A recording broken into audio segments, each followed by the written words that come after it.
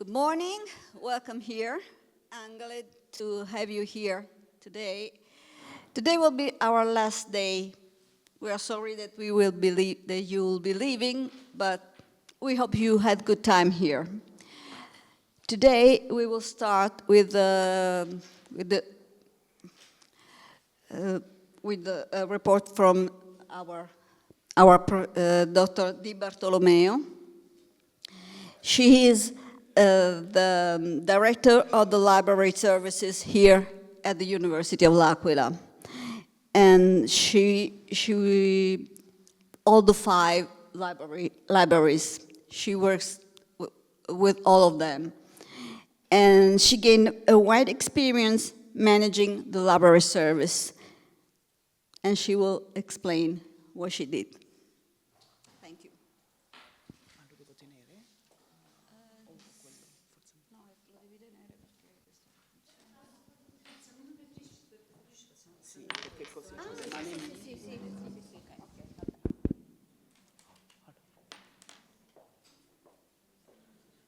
Hello, good morning. I'm very pleased to meet you and to welcome you to this staff week organized by the University of L'Aquila, dealing on artificial intelligence and its opportunities and challenges.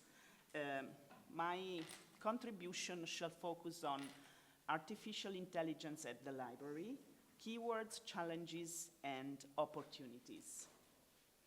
I'm going to talk about artificial intelligence in libraries, keywords and main concepts, the role of the library, the challenges and opportunities of implementing artificial intelligence, and how academic libraries can get involved. The adoption of artificial intelligence technologies is rapidly growing in many spheres of human activities, in particular in accessing information and managing knowledge. These technologies and their potential can be put to the service of public welfare and innovation. However, the need for a responsible development and deployment of artificial intelligence in libraries has to be emphasized. A set of guiding principles is the foundational framework for an ethical and transparent use of AI technologies within libraries, in particular academic research libraries, that reflect their values and mission. The documents I'm going to refer to in this presentation are the following: Statement on Libraries and Artificial Intelligence, issued by IFLA, International Federation of Library Associations and Institutions, October 2020. A policy statement that aims to outline key considerations for the use of AI technologies in the library sector and suggests the role which libraries should strive to take on in a society with growing artificial intelligence integration. With necessary preparations and regard for ethical concerns and current limitations, libraries can responsibly use AI technologies to advance their social mission. The other document is Research Libraries Guiding Principle for Artificial Intelligence, issued by the Association of Research Libraries, April 2024. A set of principles useful to influence policy and advocate for the responsible development and use of AI technologies, promote ethical and transparent practices, and build trust among stakeholders within research libraries as well as across the research environment. These principles reflect the values that the Association of Research Libraries holds in research libraries. And just briefly, I'm going to read the values: inclusiveness and equity, academic intellectual freedom, sustainability, human potential, operational excellence. Artificial intelligence in the library. Integrating artificial intelligence and machine learning technologies in everyday work. AI technology fastly develops.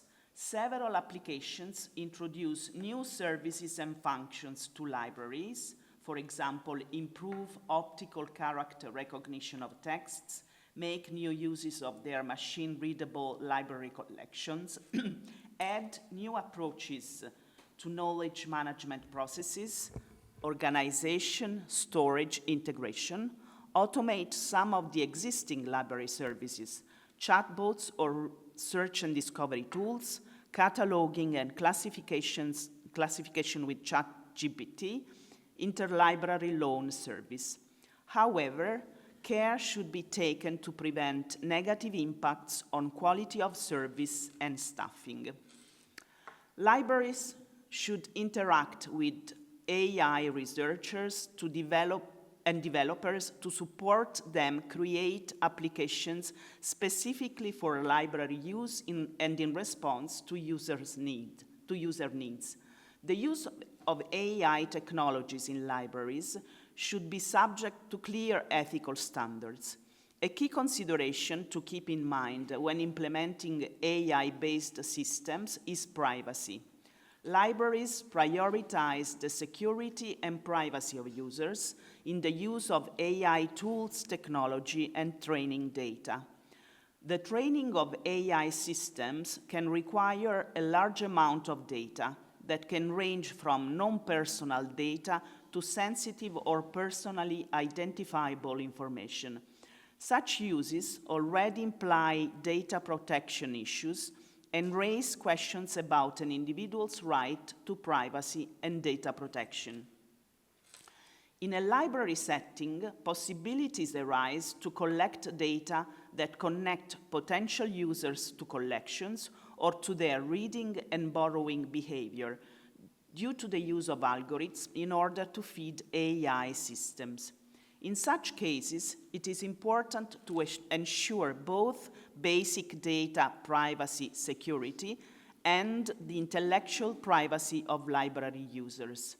In fact, privacy considerations are fundamentally related to intellectual freedom matters.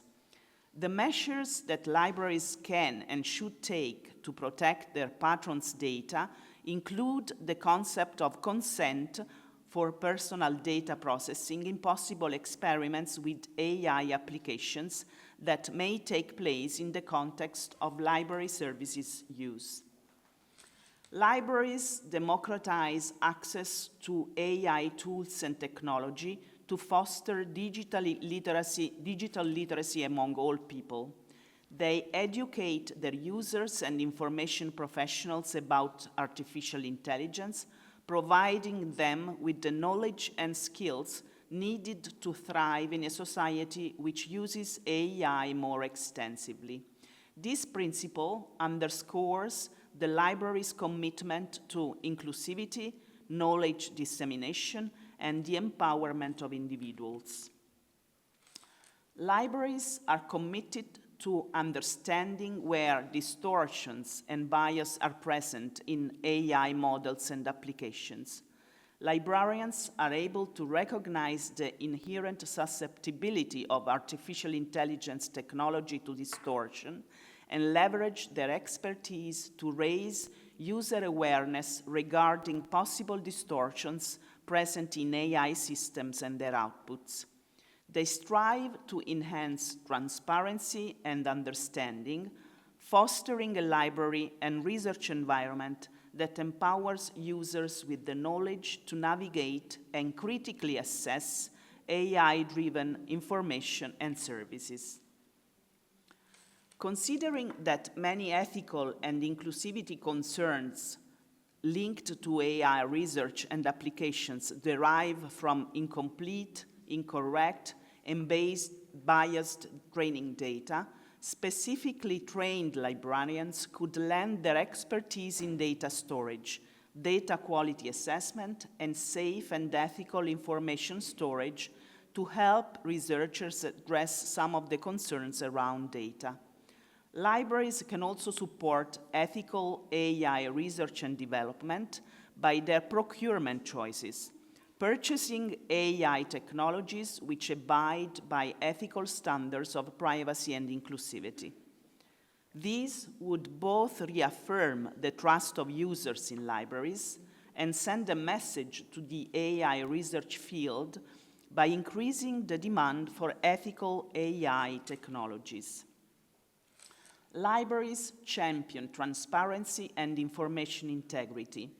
Libraries can advocate openness and transparency in algorithms, training data, and methodologies used to create AI technologies licensed for library uses. In such a context, the concept of explainable artificial intelligence, XAI, is crucial. XAI is a diverse set of strategies, techniques, and processes that render AI systems interpretable and accountable. The purpose of XAI is to enable human users to understand, appropriately trust, and effectively manage the emerging generation of artificial intelligent partners. As academic libraries increasingly acquire algorithmic decision-making systems and services in support of scholarly communications and the operation of the library, they must do so in a manner that insists on interpretability and explanation. Often such tools and services are invisible and unacknowledged. If libraries are to trust the quality, value, and credibility of such innovations, it is important that they be explainable. Librarians need to become very well versed in these technologies and participate in their development. Librarians can be co-creators of an intelligent information system that respects the sources, engages critical inquiry, fosters imagination, and supports human learning and knowledge creation. In addition to shaping AI development and embed values such as explainability in tools and services for their use, academic libraries can foster XAI through such avenues as public policy and AI literacy. Through their associations, they have a strong interest in influencing public policy, even if only in raising public awareness, and be influential in current debates, given their expertise in knowledge management and research support and their concern for public good.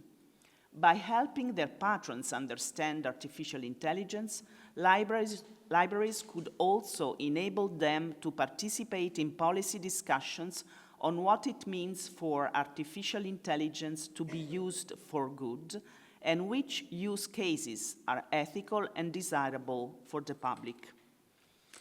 Libraries have always been active proponents of enhancing literacy, be it traditional information literacy or, more recently, digital literacy. Digital literacy competencies can be defined as the abilities to make meaningful use of technology safely, ethically, and legally. Artificial intelligence literacy can be seen as a subset of digital literacy with its own specific characteristics. Just as information literacy provides users with skills and perspectives to assess resources, AI literacy is an explainability strategy allowing users to navigate and use algorithmic tools and services. So what does AI literacy entail? A basic understanding of how artificial intelligence and machine learning work, their underlying logic and their limitations, understanding the potential impacts of artificial intelligence, especially in the area of human rights, personal data management skills, media and information literacy. AI literacy and awareness are crucial to foster informed public participation in policy dialogue and decision-making regarding artificial intelligence. It can also encourage transparency, create demand for accountability, and critical engagement with AI decisions, including the ability to challenge them when necessary. So let's summarize the opportunities and challenges we have emphasized. creation of new skills and new roles for library and information science professionals, empowerment of remote services, fast, personalized services. Artificial intelligence has potentials with respect to various library services, but it's still too early to say that it will lead us to smarter library services. Change will be there in various aspects of the library and its services in near future. Libraries need more time, expertise, and resources for artificial intelligence implementation. No human, no artificial intelligence. Human approach toward library services must never be ignored. So what can libraries do? Follow IFLA and other organizations' principles and guidelines on artificial intelligence, support library professionals to understand the impact of artificial intelligence as well as its intersections with privacy and ethical principles, engage with AI researchers and developers to create applications for library use which meet ethical and privacy standards and respond specifically to the needs of libraries and library patrons. Act as forums for exchanging best practices on ethical use of AI technologies in libraries. Help their patrons develop digital literacies that include an understanding of how AI and algorithms work. Ensure that any use of AI technologies in libraries should be subject to clear ethical standards and safeguard the rights of their users. Support high-quality, ethical AI research. Procure technologies that adhere to legal and ethical privacy and accessibility requirements. So, the conclusions: as key stakeholders in the scholarly communications ecosystem being significantly disrupted by artificial intelligence, academic research libraries have a unique and important opportunity to shape the development, deployment, and use of intelligent systems in a manner consistent with the values of scholarship and librarianship. And thank you.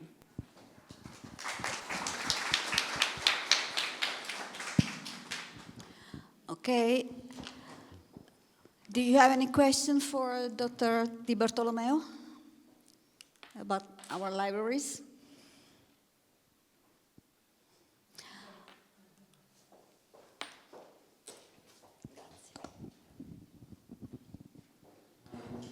Thank you for your presentation. I have just one question. You say that in one slide, library needs to support high-quality ethical AI research. Sorry, can you speak louder? Yes. Okay.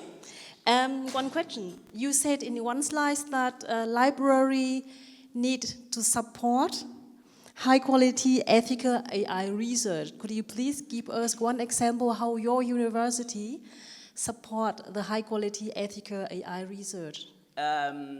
Research that is that can employ artificial intelligence with all its ethical implications, meaning that you have to consider all the implications like, first of all, the collection of data that have to be inclusive, but because it may happen that when you make a research and you use artificial intelligence tools or algorithms, you pose a query that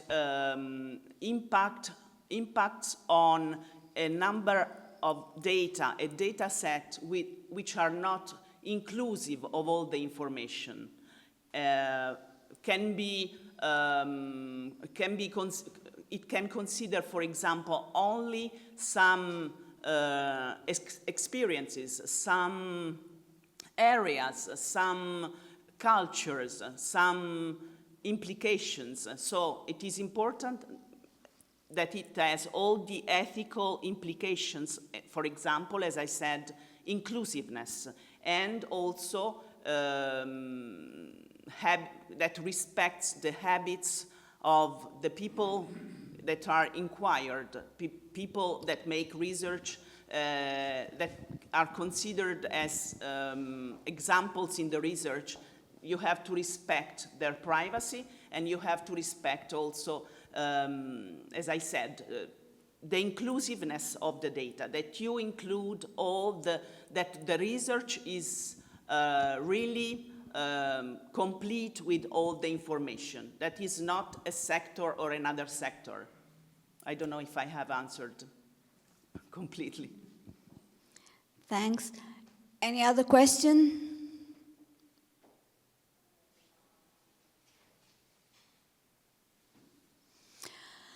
Okay, then thanks, Dr. Di Bartolomeo. Now I leave the floor to the new guest. Sì, vado via.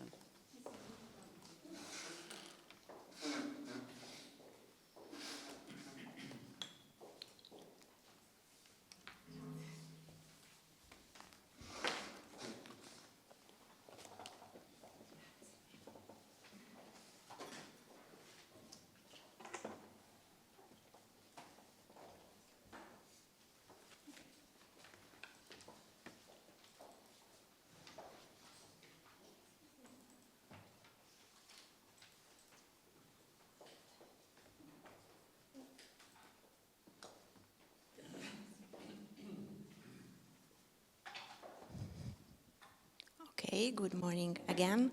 I'm glad to introduce our next speaker for the morning, Dr. Donatella Donati. Dr. Donati is a researcher in metaphysics, time philosophy, and artificial intelligence in our university. She has recently started working on ethics and epistemology issues revolving around the artificial intelligence systems, paying close attention to the concept of trust and autonomy. And she is also working on several projects along with informatics and telecommunications engineering as well. Her presentation for us today is titled Making Sense of Trust in Artificial Intelligence, and I leave the floor to Dr. Donati. Thank you very much. Good morning, everyone, and thanks a lot for having me here. So today I'm giving this talk that I titled Making Sense of Trust in AI, because as you may know, I'm a philosopher, and philosophers overthink, and we wonder what it means to trust AI.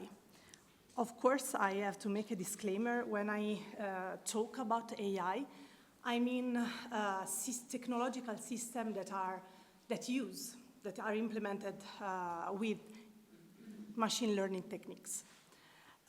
So when I started thinking about trust in AI system, I started talking mainly about trust towards autonomous system. But we can also think about today, the goal of my talk is wider, and I also think about, for example, softwares. So this is just to clarify what I mean when I say AI, because AI can be also an algorithm written on a paper, if we want to think about it as like this. And another thing that I would like to tell you is that part of this talk is inspired by a paper that I co-authored with Jonathan Tallant, who is a professor of philosophy at the University of Nottingham. He's my former PhD supervisor, and we started together to think about trust, and we ended up thinking about trust in AI. So, as you may know, the notion of trustworthy AI is very used. It is used in regulation, it is used a lot in print, and it is also very used in the academic context. I make 3 examples at the beginning of this presentation.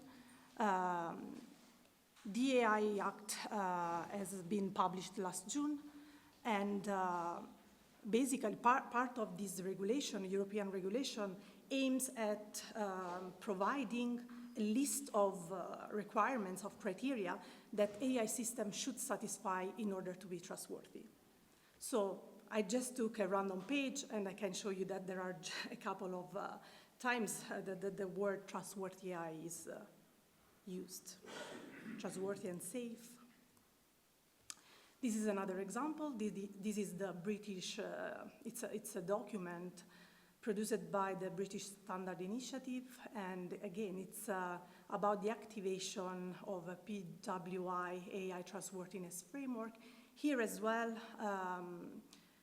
they want to furnish a list of requirements that systems should satisfy in order to be called trustworthy. And indeed, we can read it here, the scope of this document is to provide a framework for AI system trustworthiness, which contains terminology, concepts, high-level horizontal requirements, guidance, and a method to contextualize those to specific stakeholders, domains, or application. The high-level horizontal requirements address foundational aspects and characteristics of trustworthiness of AI systems. Let's go on. I'll show you another example. This is not a regulation. This is an email that Bill Gates used to send to every full-time employee at Microsoft till a few years ago. And in this email, he describes the company new strategy, and he emphasizes the security that the system they produce have to have. And in a part of this email, he says this: trustworthy computing is more important than any other part of our work. If we don't do this, people simply won't be willing or able to take advantage of all the other great work we do. Trustworthy computing is the highest priority for all the work we are doing. We must lead the industry to a whole new level of trustworthiness in computing. So trustworthiness, as you can see, is a central concept nowadays, that it's used in regulation, that it's used in the industry, and it is. We also focus in the academia, our research, on the concept of trustworthy AI. But I'm a researcher. I do my research in the academia, and I understood at some point that actually in the academic literature, but not only in the academic one actually, there are two opposite positions.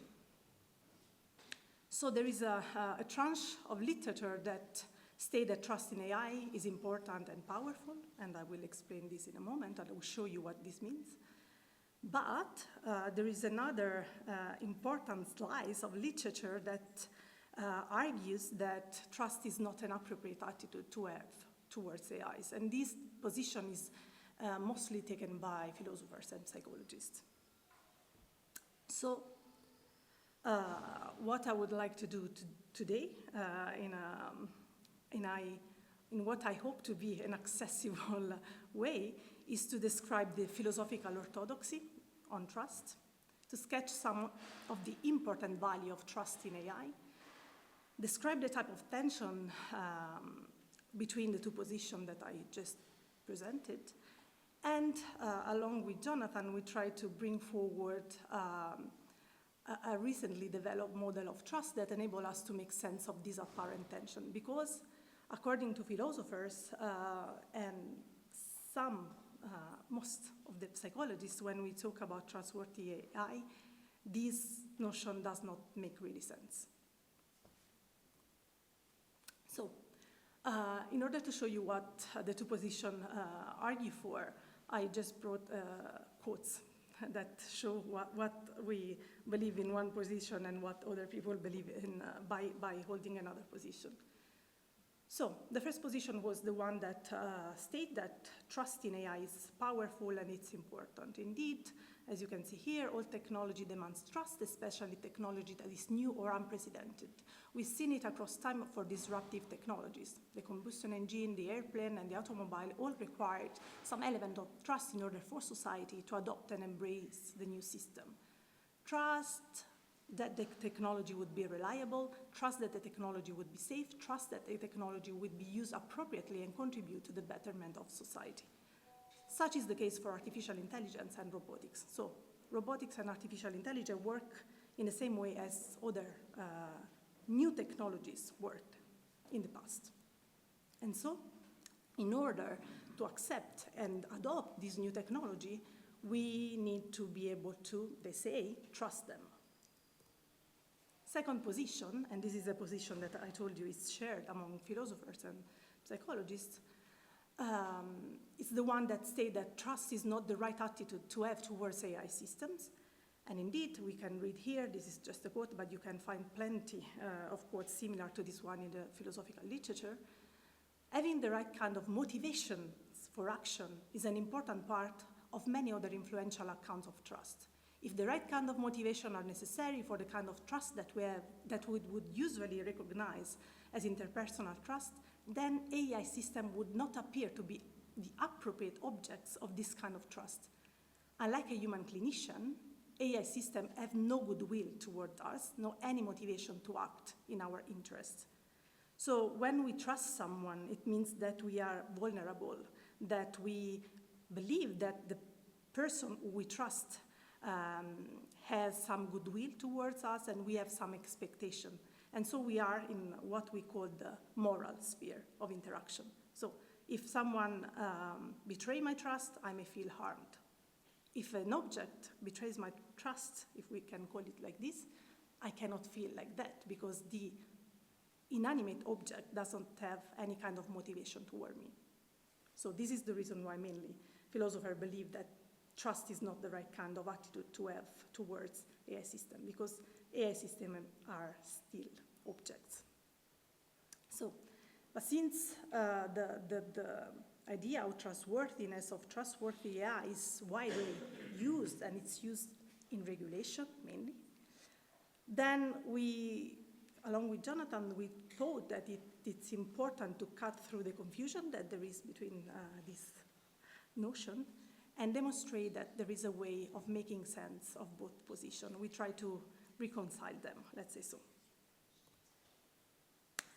But before talking about the way of that we developed in order to make sense of trust in AI, I will show you a bit about the philosophical orthodoxy, and I will be a bit technical because here I brought you a philosophical argument. So, trust is best understood as an interpersonal relationship that a person cannot step into with an inanimate object. Current AI should not be regarded as anything as sophisticated as an agent. We as persons are moral agents. We act morally in the world. We can produce some benefit for other people, or we can harm other people. And so, if we can only be said to trust person and AIs are not person, then we cannot trust AIs. This is a very simple, straightforward argument that we give in order to state that we cannot properly trust AIs. Of course, we all agree about the fact that AI are not persons. This premise of the argument is uncontroversial. This premise of the argument needs some defense, that the fact that we can only be said to trust persons. We just, today, let's say, that today I will bring you some evidence of the fact that we can only trust person, and I brought you some evidence by using 3 quotes from the philosophy, but again, you can find very similar quotes to these ones in the literature. So the first one is by Jonathan Tallant, and he says in a 2019 paper that the prevailing view that seems to be that what trust is something that can only be given to objects that are not inanimate. Here's the evidence. We often rely upon inanimate objects, but we do not grant them the rich trust we sometimes grant one another. Inanimate objects can be reliable, but not genuinely trustworthy. Here's another quote by another philosopher, that is Jones. Tripless trust is accepted vulnerability to another person's power over something one cares about, where 1, the truster, forgoes searching at the time for ways to reduce such vulnerability, and 2, the truster maintains normative expectation of the one trusted, that they not use that power to harm what is entrusted. So this means that when we establish a trust relationship with someone, we are vulnerable and we have some expectation from the person we trust. And of course, if trust is well placed, that person should not harm us, should not betray us. But of course, this is an important position, and it's well established in the literature because philosophers have been thinking about trust for centuries now. But in the last few years, I told you, the concept of trustworthiness, of trustworthy AI, is very used and is very studied both in another area of the academia, that is the area of computer science, but also outside the academia. And so the industry look for trustworthy AI system, of course, and is trying to understand which are the requirements, again, for a system to be trustworthy. And of course, the importance of trust in AI is readily illustrated by consulting both the industry approach to the development of AI and the academic literature that explores human-AI interaction and how to increase take-up of AI-powered system. Here is a quote that I brought. Human automation interaction, HAI, system, of course, have thus far failed to live up to expectation mainly because human users do not always interact with the automation appropriately. Trust in automation has been considered a central influence on the way a human user interacts with automation. So trust in automation is if trust in automation is too high, there will be overuse. If trust in automation is too low, there will be disuse. This is a quote, and it says something more about the fact that trust is the appropriate attitude to have towards AI systems. Here they are talking about the automation bias. I don't know if you are familiar with it. We can talk about it in the Q&A if you are interested in it. But basically, there are a lot of studies about the way in which we trust, let's say, AI systems. And let's say that we tend to rely too much on them. And if we believe that they always act in a better way than us, then we are victim of this cognitive bias that we can talk about. But this is just to tell you that the research in the area of computer science and outside the academia, so in the industry, really focuses on this interaction that we have with the system that it's called trust, uncontroversially. And of course, it is very important. Think about this new technology that it's the autonomous vehicles, the driverless cars. Of course, we think that it's important to build systems that are trustworthy, otherwise I would never adopt the car. I would never use a car that I don't trust. So it's very important to understand what really is this kind of relationship that we establish with this system, because these systems are reshaping our society. So it's very important to not talking naively about this kind of relationship, but we really need to understand what is the nature of the relation that we establish with this system. This is just to show you that the research that is going on trustworthy AI is quite important, and it reaches let's say it's about also the collaboration about industry and academia. This is just an example of a study, and the results came out last year that KPMG did in collaboration with the University of Queensland, and they basically did this study that reported a close correlation between a willingness to trust and acceptance of AI. Indeed, they say that the public's trust in AI technology is vital for continual acceptance. If AI systems do not prove worthy of trust, their widespread acceptance and adoption will be hindered, and the potential societal and economic benefits will not be fully realized. And here is just to show you that across countries, willingness to trust a system goes hand in hand with the acceptance of new systems. So it's very important that we work. Of course, this is more important for the industry than for the academia, but it's quite important that we trust in order to accept and then buy new technological products, use them. We thus face the tension, and I think that it should now be clear what is the tension. So philosophers versus those working in AI. And of course, we believe that the tension invites an investigation as how we should understand what has gone wrong. We are philosophers, bear with me, we do a lot of conceptual analysis, so we want to understand what is going on, because of course we are familiar with the fact that the philosophical research for centuries has been focused on interpersonal relationship when it comes to trust. And in the last few years, we believe that something has gone wrong, because we are attributing this kind of relationship also to connection with inanimate objects. So we have two very different lines of research, also in the academia, that start from very different assumptions. So one says, we cannot trust AI systems, the other one says, we can trust AI systems. We try to provide an explanation of what has gone wrong. So we say, someone is just wrong. You have to choose one position or the other. So either philosophers are wrong, either non-philosophers are wrong, or we are wrong. We have failed, when I say we, I talk about Jonathan and I, we have failed to accurately represent the philosophical orthodoxy. Let's say that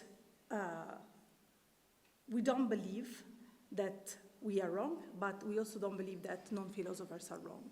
First, the fact that we haven't misread the philosophical literature is because you really can find plenty of books and papers that talk about the fact that we can only trust people better, that we can only trust moral agents. And the only way in which we can be wrong is the fact that maybe philosophers say this but believe another thing, but this is quite weird. This would be quite weird, and this would be an odd position to take.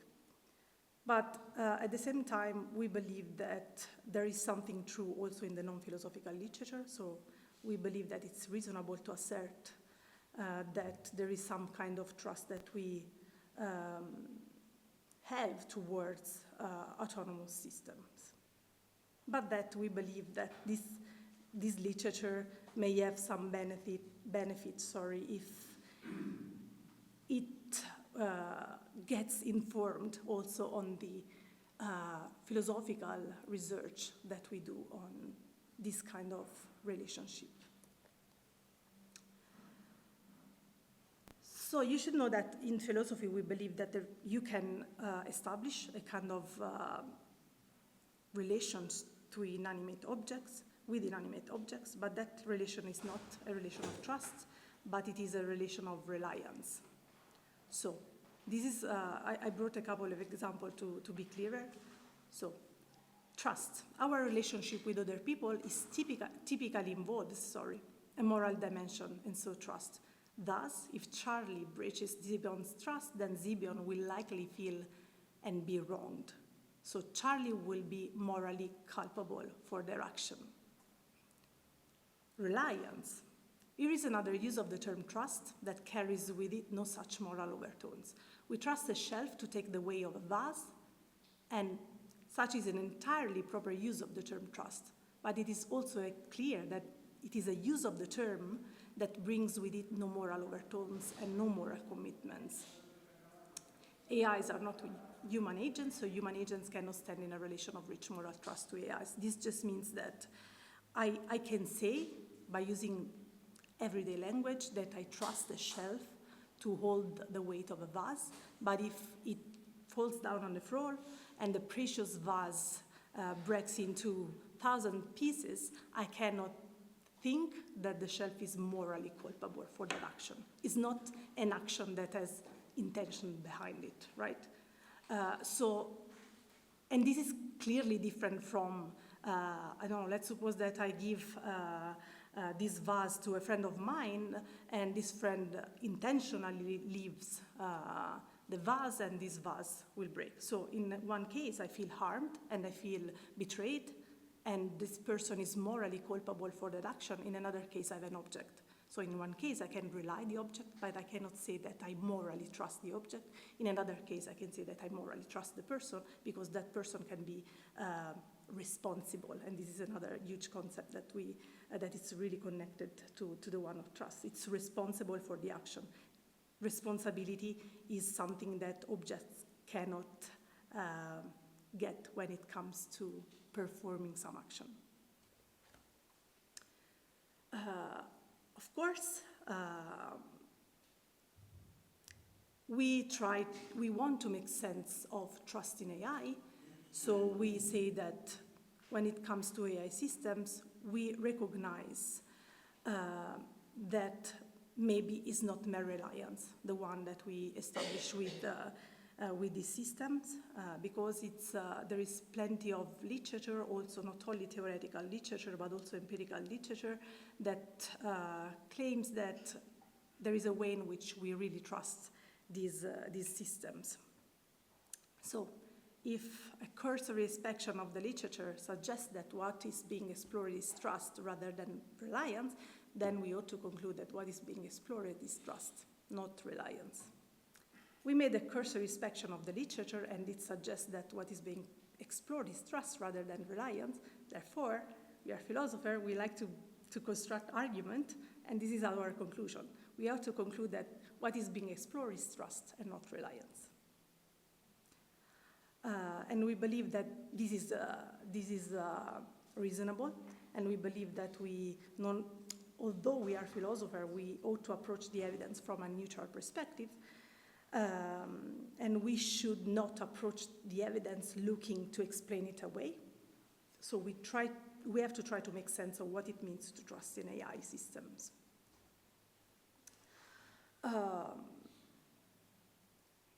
We really made a cursory inspection of the non-philosophical literature.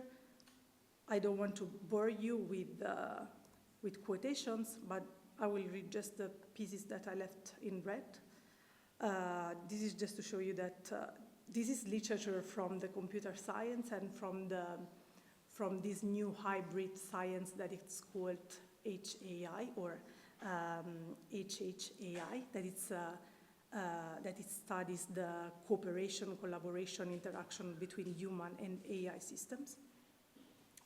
And all of these literatures, I use the plural because, again, it's about computer science, but not only, talks about the precise definition of trust in AI system has been given.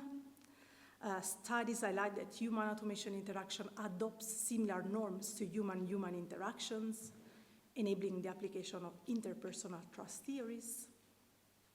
Here we have the third quote that states that trust is a cognitive construct that involves rational thinking, and cognitive trust dimensions are based on tangibility, transparency, reliability, task characteristic, and immediacy behavior in terms of interactive abilities of AI. So emotional trust is based also on AI's anthropomorphism, and if we anthropomorphize this AI system, it means that these systems are somehow capable of human qualities. Again, they keep talking about which are the requirements for a system to be trustworthy. So interpretability, for example, is a prerequisite for trust. And again, trust can alleviate users' concern about purchase transaction and product quality in electronic markets. There are a lot of studies that demonstrate that trust is an important factor in helping users overcome their doubts and fear, resulting in the adoption of new technology as AI. I mean, this is just to tell you that plenty of new papers and plenty of new research lines adopt the use of the term trust and try to actually demonstrate, part of this literature demonstrates that the kind of relationship we establish with some AI system are very similar, mirror somehow the relationship we establish with other human beings.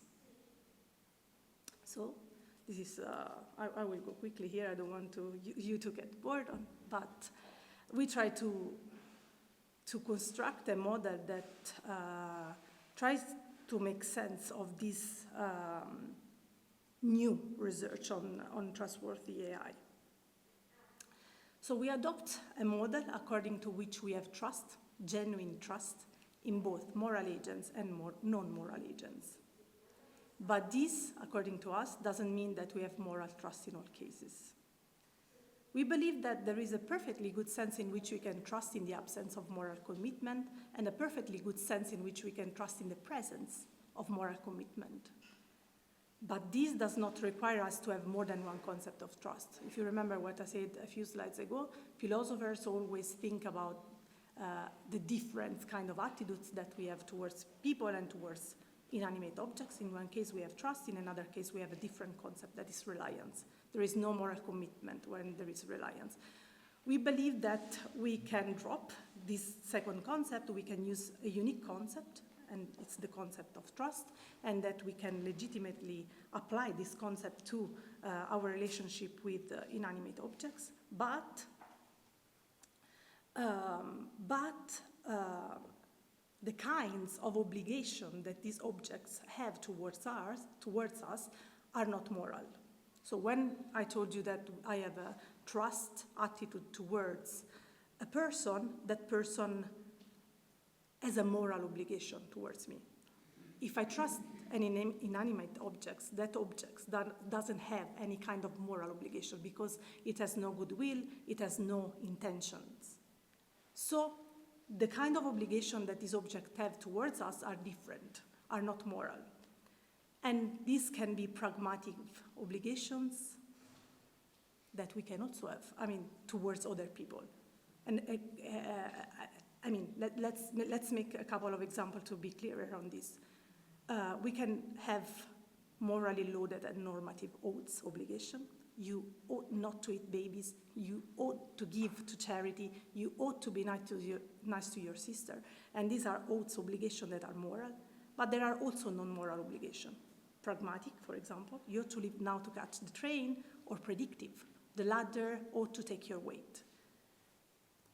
So for any given AI, Y, and any given context, C, there are particular expectations that we may reasonably have about Y and what Y ought to do. For example, in a case involving an autonomous vehicle, in a context where the safety of the driver is at risk, the AI has the obligation to take steps to preserve the safety of the driver. In a case involving an AI that is monitoring the delivery of power to a power grid, the AI ought to take steps to ensure the safe delivery and distribution of power across the various nodes of the grid. So long as we are in a context C where X is a person, that the AI, Y, ought to perform some function and relies upon Y to carry out that function, that what we have here is trust. Whether that form of trust is moral or not will depend entirely upon the kind of oath that the person believes the system to be bound by. So we believe that the tension can be now seen as only apparent. This is a philosophical explanation of it. It's not the only one, of course. I'm sure that there are other philosophers that would provide different explanation. This is our view.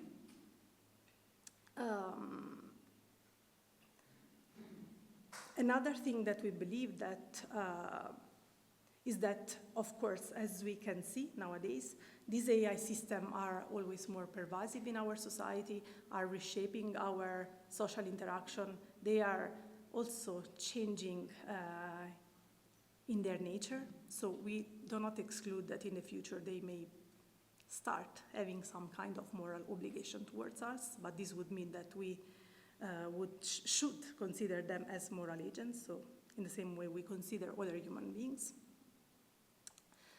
And this is just to conclude. Much has been made of trust in AI in the non-philosophical literature. Far less has been said in the philosophical literature. And because the stepping off point in the philosophical literature is that trust is not a relation that human agents can stand to AIs, we believe that something needed to be done. So we've challenged that starting point and introduced a philosophical model of trust that is compatible with human trust in AIs. We suggest that philosophers focus their attention more on the relationships that human agents turn into AIs. And again, as I've just said, the world of AI and the new social norms it will bring with it are likely to radically disrupt our social norms. They actually are already doing it. So having a clear-sighted philosophical thought at the forefront of our new relationship with the world would be a valuable tool to have available. And that's it. Thank you for your attention.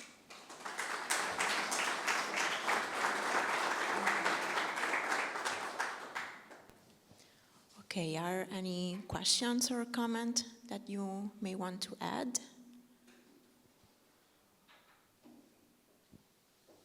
No one?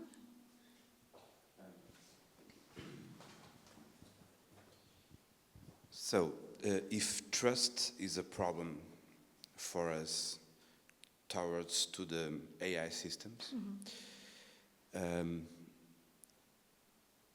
for human living, for the future, we are living together with AI. Yeah. We cannot be a part of AI. So, how can we have to digging trust in AI systems? It's about the data will become a lot of information that is not trustable, or the filter of AI to the humans. You see? Yeah, I see what you mean, and there are a lot of stuff in this question. Thank you for asking it. And I don't have an answer, honestly. So what I can say is this.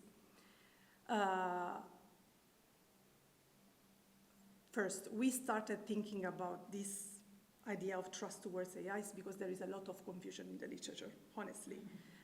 Now I gave you the two broad positions about trust in AI, but one of the problems, and it has also to do with data and with machine learning methods that you use when you implement systems, is that I told you that when you write a regulation or a standard, you try to individuate requirements that a system should satisfy in order to be considered trustworthy. The main problem with this approach is that different committee, let's say so, different group of people, researcher in law, computer science, and the like, work on this concept separately. So some of us will say that in order to be trustworthy, a system should satisfy a list of requirements. Another group says that the list of requirements is another one. So what I want to say is that the element of the list are contingent, are not shared worldwide. So this is the first problem, because I have to understand which standard the system respected in order to be considered trustworthy. If I don't know that, then this is the first problem, I think. Another problem is the problem of anthropomorphization, so the fact that we tend to think about care robots. So they have human like qualities, and we tend to believe that we are connected with a person instead of a robot, and so we tend to place trust, moral trust. So we believe that the thing has a moral obligation towards us, and this is not the case because this system do not have intention and goodwill, and this is another problem that we believe there is. Third problem, it's a conceptual problem, and it's the one we worked most on, the fact that there is no conceptual clarity when it comes to trust. So we believe that, to go back to your question, since the use of this system is widespread in our society, and it's important to understand what is the relation between us and them, and since we saw that it's quite important to somehow trust or rely on them in order to accept them, to adopt them, we need to do some conceptual clarity. So we need to share the definition of trust. We need to understand if trust is the appropriate attitude, and if it is, then we should be clear about what are the requirements that a system should satisfy in order to be considered trustworthy. So it was a great question, but it's so rich that I don't know how to answer better than this. I hope that I partly answered it. Thank you. Thank you. Okay. Other questions? No? Okay. Thank you, Dr. Thank you very much. Donati. Thank you.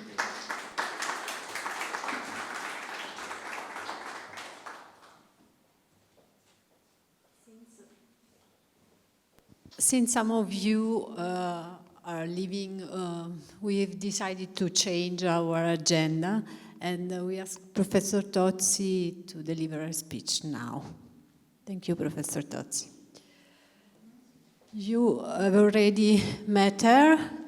She is a professor of geometry. She was formerly our rector's delegate for international relations, and currently she is the rector's consultant for the internationalization policies. She is the author of 50 scientific publications and 4 monographs in the field of categorical topology and theoretical computer science. Expert in European project planning, she submitted many projects for our university, in general for our regional area. Hundreds of them have been successfully financed and implemented. Thank you for being here today. So I think that you are at the end a very long, concentrated course. So I will try to be not too heavy, but to provide information that can be useful in the management of university.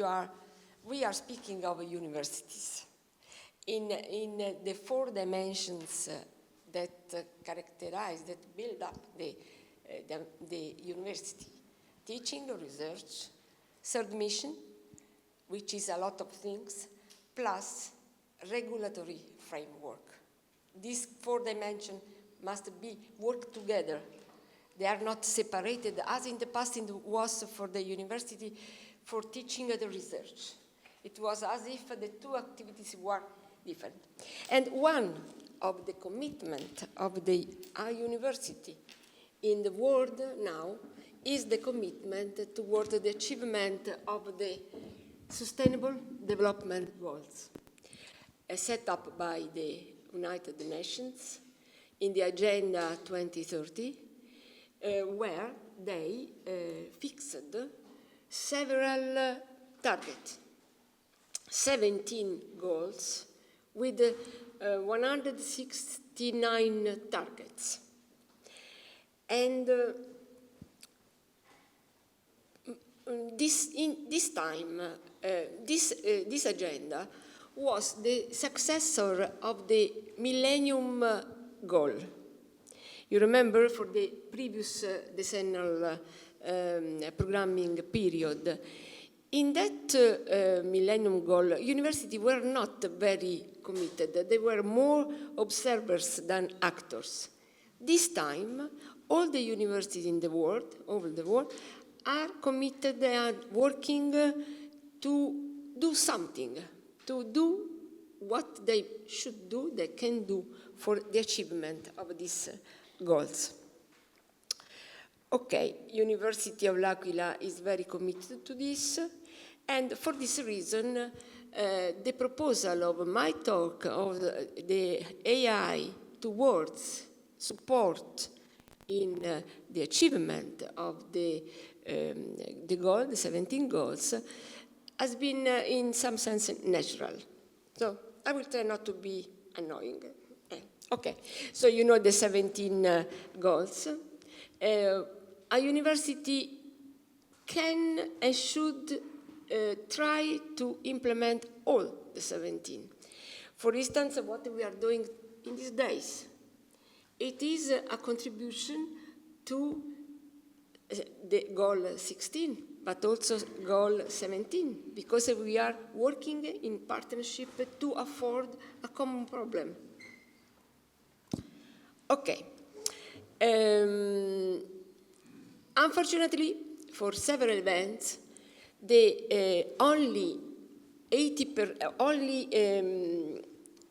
about 80% of the targets have not been reached and even afforded. So just 15% so far, at 6 years from the target of 2030, we can say that we realized something. Okay, the data show that the challenges disproportionately impact low and middle-income countries. So, and we will try to make some comment on this. AI certainly has a great potential, a potential power to implement advanced progress on the goals. The Department of Economic and Social Affairs highlights the potential of AI in at least 134 goals. Only the remaining few can be not addressed by the AI. In the last years, as also my previous, the speaker before me was making a very nice excursion about the opinion of public, of philosophers, of scientists, and many papers have been written in several fields, not only in philosophy or economic journals, but all the approaches consider and mention that the wise use of AI can help reaching the goals. I wrote wise in bold because who decides what is wise and how to decide that something is wise? So a lot of the discussions, many papers, many contacts were developed in the last years. I will present here some result of three papers. One is the role of artificial intelligence in achieving the sustainable development goal, which is from these authors that you can see. The first one is the first one that was considering AI in the context of Agenda 2030. One is very recent, April 2024, from a phrase, the potential of artificial intelligence for the SDGs and official statistics. And the third is a study promoted by Google, is a publication done, promoted by Google, and is accelerating progress towards the Sustainable Development Goals. Okay, you know the 17 goals. These goals can be grouped in the three main dimensions. They are economic, social, and ecological. Take climate change, peaceful society. You can see in society 1, 2, 3, 4, 5, 6, 7, 11, and 16 are under society. Economy 8, 9, 10, 12, and 17. Environment 13, 14, and 15. So the society is really the target of the activities for the achievement of a sustainable goal. Okay, so in the first paper that I was mentioning, I tried to extract the concept for the society, for the three dimensions, the positive and the negative impact that AI could provide. So, positive impact, 7 targets can be used in a positive way, 82% of all the targets. And for instance, SDG 1, no poverty. Through AI, you can conduct more detailed studies about the economy of countries, of territories. In SDG 4, quality of education, be careful to this goal. This doesn't mean that university, okay, you have to provide quality education, but the goal is to provide, to make all people able to receive quality of education. That means a completely different thing, that we should help those who have not the possibility or the capacity to organize quality education. We must support them. And this university have a very, very key role through cooperation projects, capacity building, bilateral agreements between states. So a lot of a possibility of the university.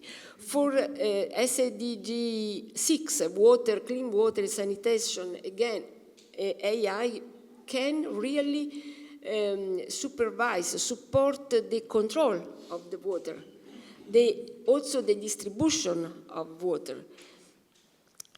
For clean energy, again, through AI, we can organize networks, grids, smart grids of electrical distribution. And more in sustainable cities, where sustainable cities are not only economical sustainability or environment sustainability, but social sustainability. That means preserving tradition, preserving local culture, preserving and promoting the local culture and identity of this society. University, again, have a big role in this. Okay. Negative impact of in the social issue. 31 targets. They are only 31 targets that can have negative impact, but their consideration is crucial. For instance, the use of AI may be implemented in countries with different cultural values and wealth, different from those where the technology was developed. So there is not a match between what AI learned to do and the local situation, precise local situation. And this is very dangerous. Another, so advanced AI technology, research, and product design may require massive computational resources that are only available in big companies. And also they need a lot of funds. So the application without good consideration of AI in this field can increase the gap between rich and poor countries and not fill in the gap. One is stop poverty. Okay, AI can produce a very detailed study of the wealth, but at the same time, what the jobs that they are creating to reduce the poverty, because poverty can be reduced through the availability of jobs and providing skills to people locally. This can be blocked by the jobs that are too much specific, and these people, the poor people, cannot afford these jobs. So again, the gap increases, not decreases.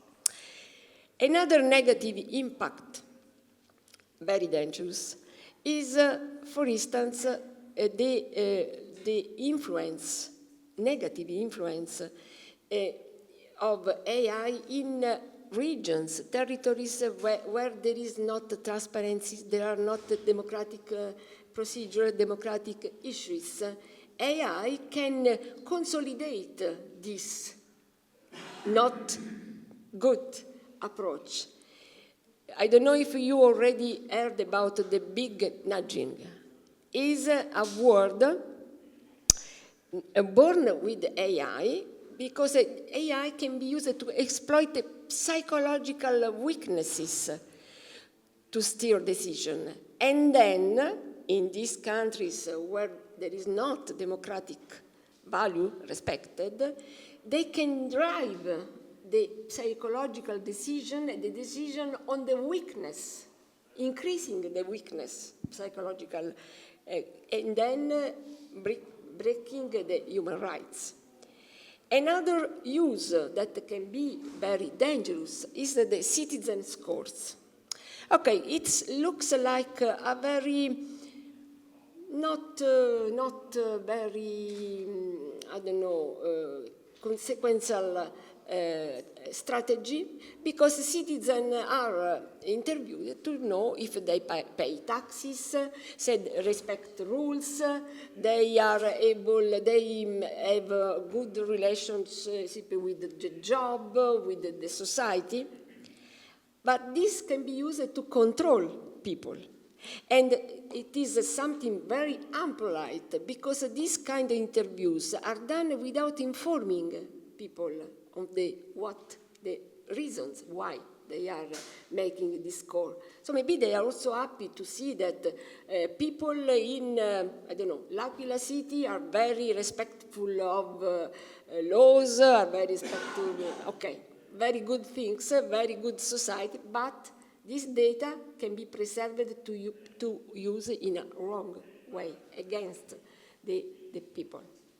Okay, in economy, positive impact in 42 targets, and this is easy to understand because the technology can increase the job opportunities, can increase the production, can be useful for the companies. This is something that is well declared, well approved. But the negative impact in 20 targets is the increased inequalities, because low and middle-income countries cannot afford the updating of the society, of the culture, of the skills, of the production. You know, there is a big discussion about the transformation of cars, industry of cars towards all electric, and the companies, even in the rich Germany, has a problem to achieve this goal by the date decided at 11. So you can imagine in countries that have a different system of industry. And by replacing old jobs with the ones requiring the most skills, technology, disproportionately rewards and the educated. So you make different, those who have the appropriate education and those who are not. And this is already experienced in USA for the car industry. Okay, so this is another danger. So, although they identify the linkage in the economy group are mainly positive, trade-off cannot be neglected. For instance, AI can have a negative effect on social media usage by showing user content specifically suited to their preconceived ideas, to drive the ideas, the choices. This is a wrong consequence in the goal 10, which is reduce the inequalities, because you make a very net, very differentiation between the two groups of people. However, there is an underlying risk when using AI to evaluate and predict human behavior. This is the big obstacle, which is the inherent bias in the data. So when all people say we must use, if we use AI in a wiser way, then many things are good. But this AI is rooted on the available data. And who is putting data? Who decided the data are right, are good, are quality? Okay, environment. Here the AI can produce improvement in the analysis of the territories. For instance, in climate change, they can master a lot of data of several years better than a researcher can do. So they put the data. So AI is very good when you give this technique the poor data, numerical data, or images. Okay, in this case, the AI can master, compare a lot of data and give a good result, a reliable result. Okay, through the AI, we can have a very precise map, precise data for modeling the climate change consequences, floods, droughts, but also modeling. You know, modeling has risks because, again, data must be very carefully inserted in the system.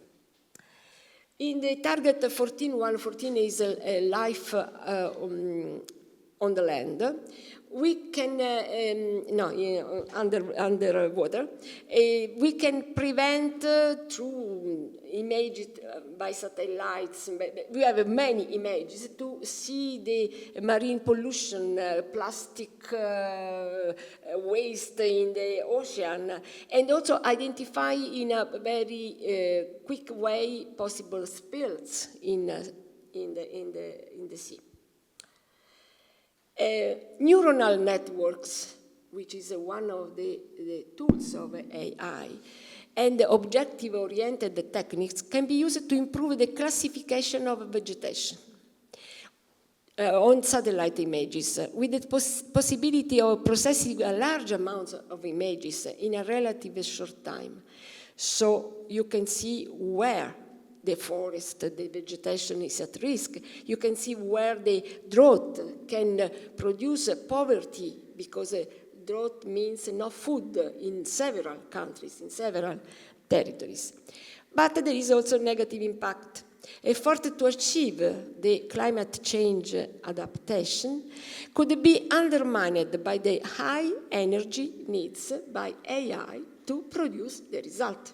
So while we are fighting against the energy consumption, so pollution, CO2 production, AI to support the goal 13 is using a lot of energy.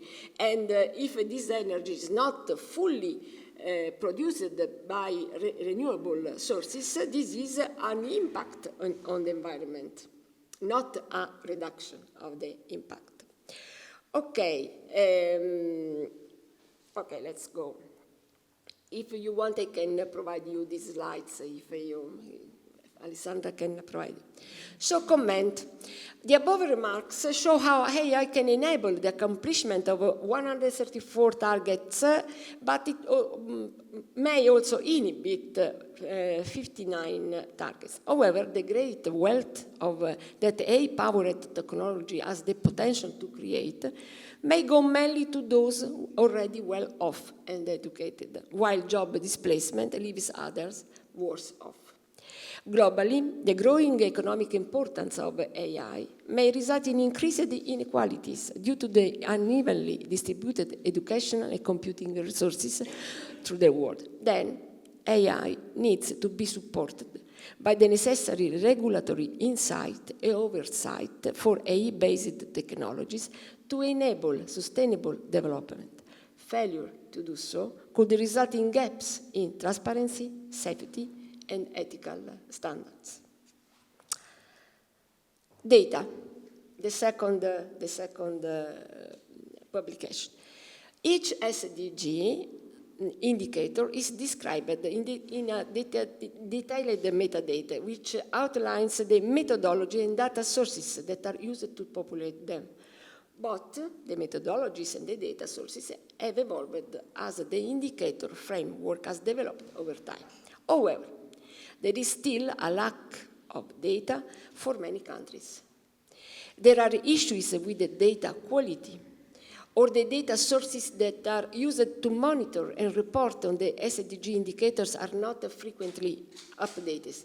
So again, the difference, the inequality between rich countries and poor countries is reinforced, can be reinforced by the collection of data, the missing collection of data. So many countries rely on the national statistical offices. They have their rules and the methods for this statistical data. But now there are many sources that comes from many portals, internet, social, and this data must be used and selected in a proper way. So the quality, the data quality is a big concern. Who is watching the quality of the data used by AI? The lack, and on the other side, the lack of a large amount of high-quality data needed to train AI, because AI must learn from the data we put them.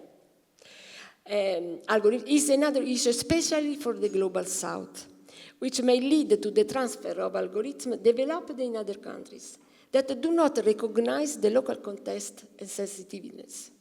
So this is another big problem. The countries with the technological development are working AI, and they provide the system to society that are not ready. They have not this data. They cannot share this data. It would be as if you want to have a model of climate studying data in I don't know, Sweden or Finland, and then you propose the same model in Africa, sub-Saharan Africa. Of course, this model cannot be useful, or worse, can give very wrong results.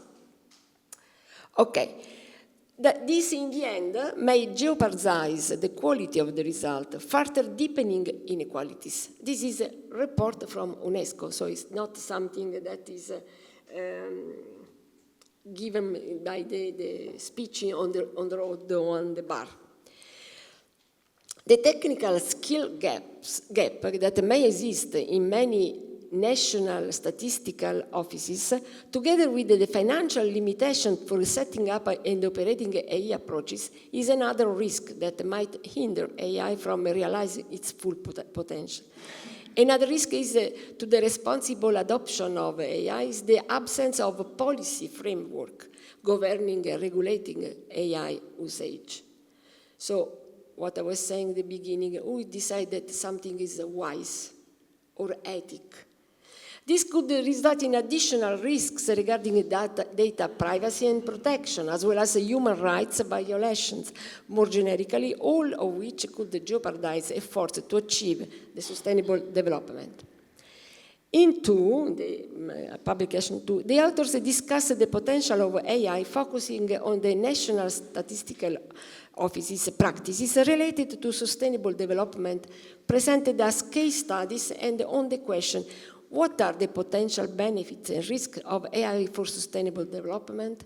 How can we leverage the potential of AI while at the same time minimizing the risks of AI?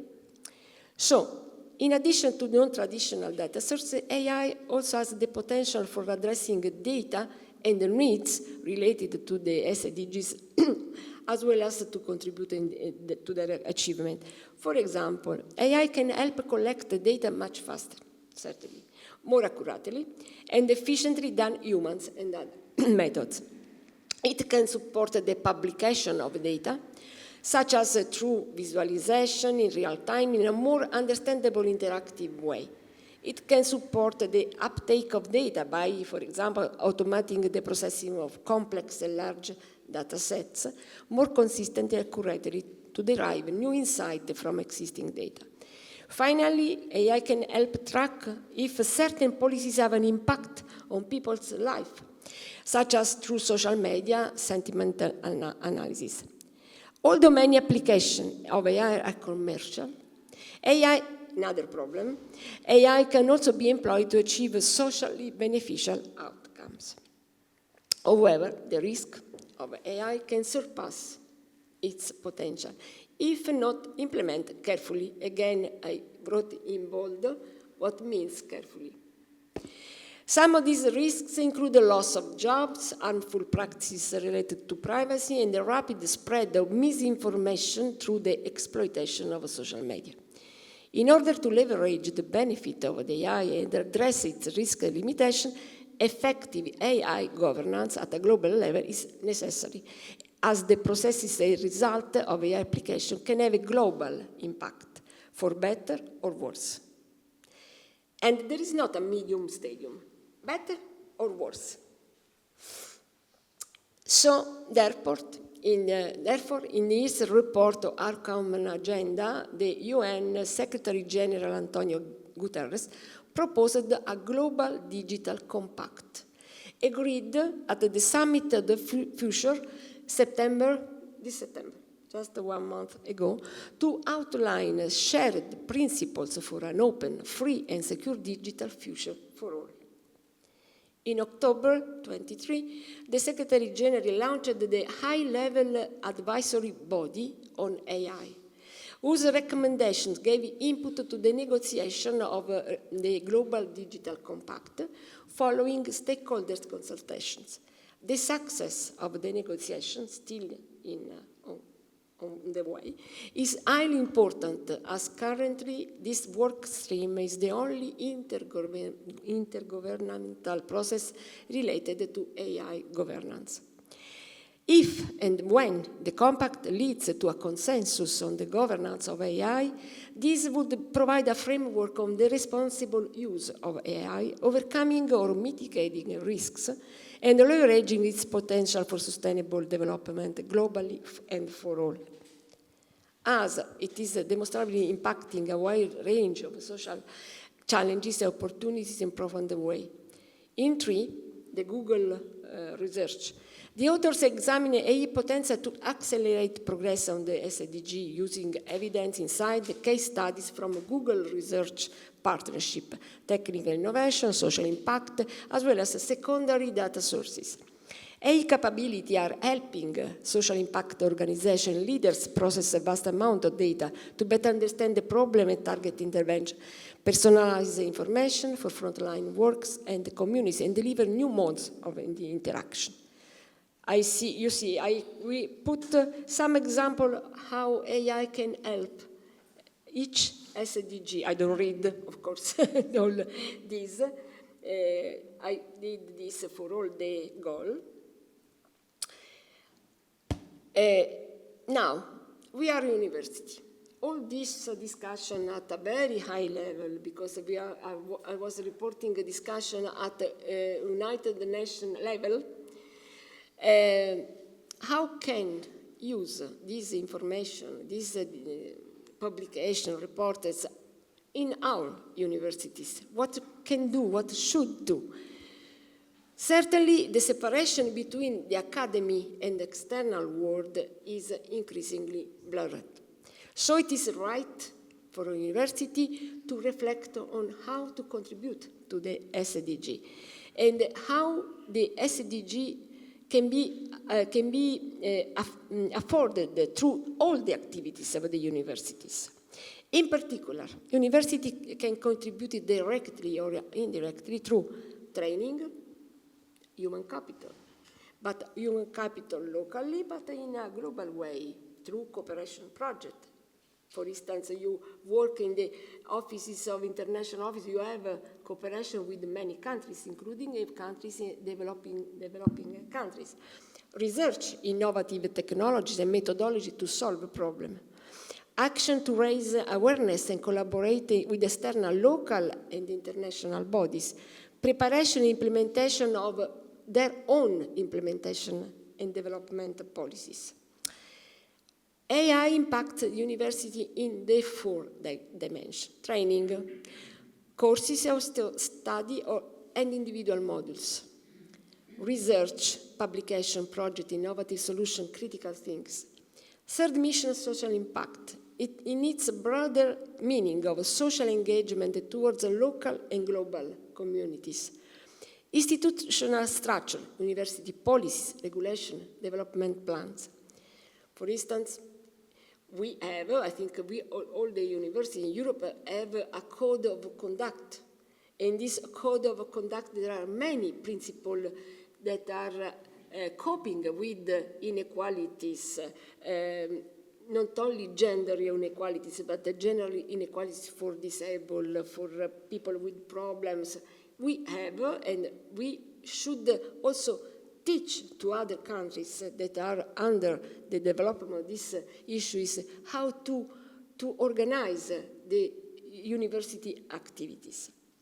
The same 4 dimensions contribute to the achievement of the SDG. Thus, how AI can contribute to the UN Agenda 2030 is an integral part of the structure of a university. But it has further duty as well as a great responsibility. The multidisciplinary competencies at high level, provide them the opportunity not only to manage and use AI in a proper way, but also to learn and teach what it means, paving the way to a sustainable development of knowledge and skills, not kills. I don't want to kill anyone. Okay. To better explain this, it is very useful and I found very nice the words of Amina J. Mohammed, the Deputy Secretary General of the United Nations and Chair of the United Nations Sustainable Development Group, at the recent meeting in Economic and Social Council, ECOSOC, in September, focused on harnessing artificial intelligence for sustainable development goals. I put in blue her words. Applied safely, again, these adverbs that need clarification, AI can accelerate progress towards the SDG, enhance decision-making, and drive innovation. It can and it must. This is not a future dream, but today's reality. AI is already optimizing energy use, improving medical diagnostic, monitoring biodiversity, expanding educational opportunities, and so much more. Yet, these technologies also pose grave risks. They can displace jobs, exploit gaps in global governance, and exacerbate the bias, discrimination, and misinformation. Misinformation is a very big problem. And they can do so on a monumental scale. Our task is to harness this powerful technology to accelerate sustainable development while mitigating its harms. This means accountability for those who create a system and for those who use them. The power, speed, and impact of AI is truly global, and accountability must be part of the package. To do this, we must ensure that AI is effectively governed, that is equitable, accessible, and ethical. First, equity.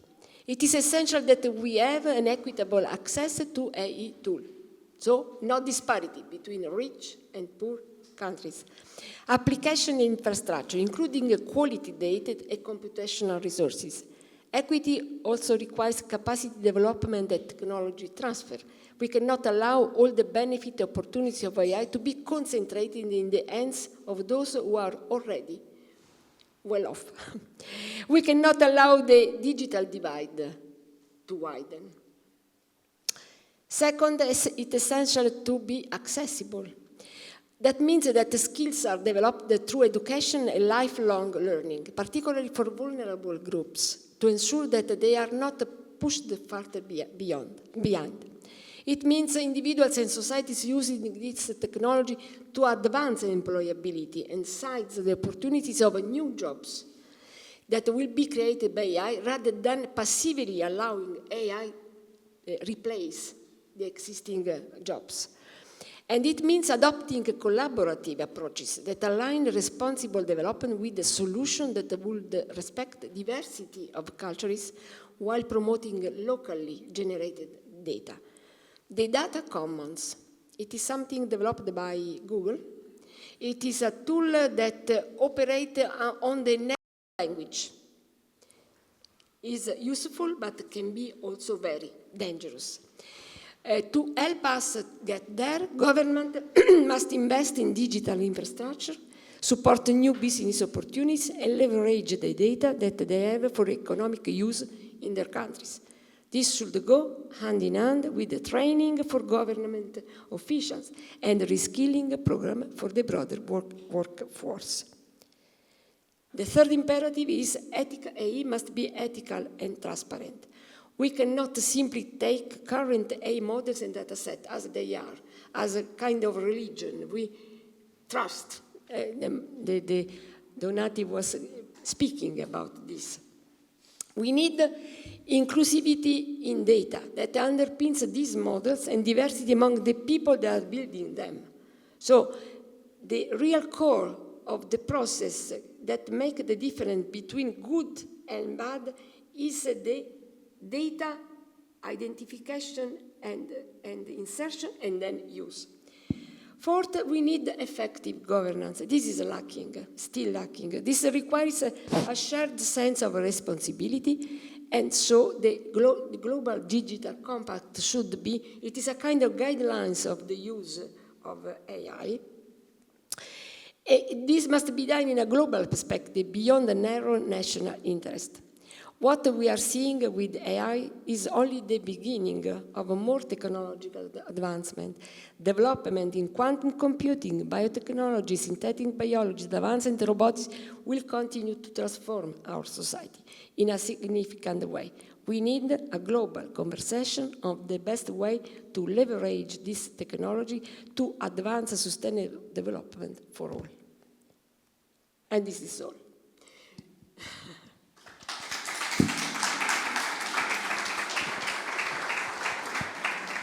Just one comment, just a very small comment. About the quality of data, there is a big discussion, this on research level, not only in the computer scientists, but philosophers and economical politicians. This is the crucial point, because what I can see is now we are living, our society is living what is defined the relative moral. What means relative moral? Okay, there are principles. Officially, we recognize the principle, the laws, but if I need to infringe the law, I'm able to find the moral justification. So the infringement is not something fixed and stable, is relative to the special person or the special situation. This is the main big problem and danger that our society is living today. And this is what was saying a great philosopher, and not because he was Pope, but Benedict XVI, was working a lot and underlying every day that the moral cannot be relative to the situation. Moral principle are fixed. This is what university must do, to teach values to our students in order to make them able to have this principle and not to breach and to infringe what are at least the basic principles that humanity has created in thousands of years. Okay. Thank you.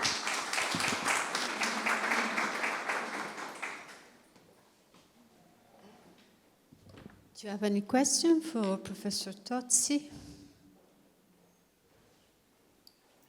Since we have some minutes, the timetable journal is being respected, we would like to interact, to complete these 3 days together with a further networking.